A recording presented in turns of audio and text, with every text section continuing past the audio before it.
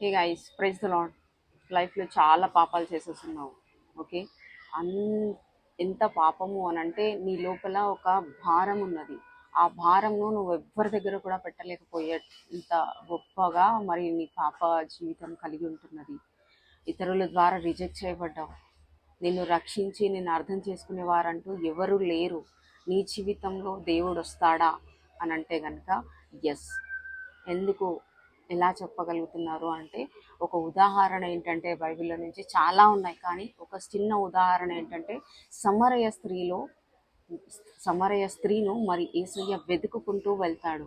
ఆయన యూదయను వదిలి మరి గలిలయకి రావాలి అని అన్నప్పుడు ఆయన వేరే మార్గం నుంచి కూడా వెళ్ళొచ్చు, కానీ ఆయన సమరయ ప్రాంతం నుండే వెళ్తాడు. ఎందుకంటే అక్కడ ఏదైతే యూదులకు మరి సమరయులకు పడకపోయినా కూడా మరి యూదులు సమరయుల యొక్క ప్లేస్లలో వాళ్ళ కాలు కూడా పెట్టకూడదు. అసలు స్త్రీలతో అయితే అసలు మాట్లాడకూడదు. అందులో కూడా ఈ సమరయ స్త్రీ ఎటువంటిది అంటే బహుఘోరమైనటువంటి మరి ఆమె పాస్ట్ అంతా కూడా చాలా బ్యాడ్గా ఉన్నటువంటి ఆ యొక్క స్త్రీ దగ్గరికి వెళ్ళి యేసయ్య ఆమెను రక్షిస్తాడు. సత్యమైనటువంటి సువార్త ఆమె దగ్గరికి కూడా చేరుతుంది. సో ఈరోజు నువ్వు ఎంత రిజెక్షన్లో ఉన్నా కూడా యేసయ్య సత్యాన్ని నీకు తెలియజేస్తున్నాడు. ఏంటి అంటే ఆయన దగ్గర ఏది కూడా నువ్వు దాచలేవు. యథార్థంగా ఆయన దగ్గరికి వెళ్ళు.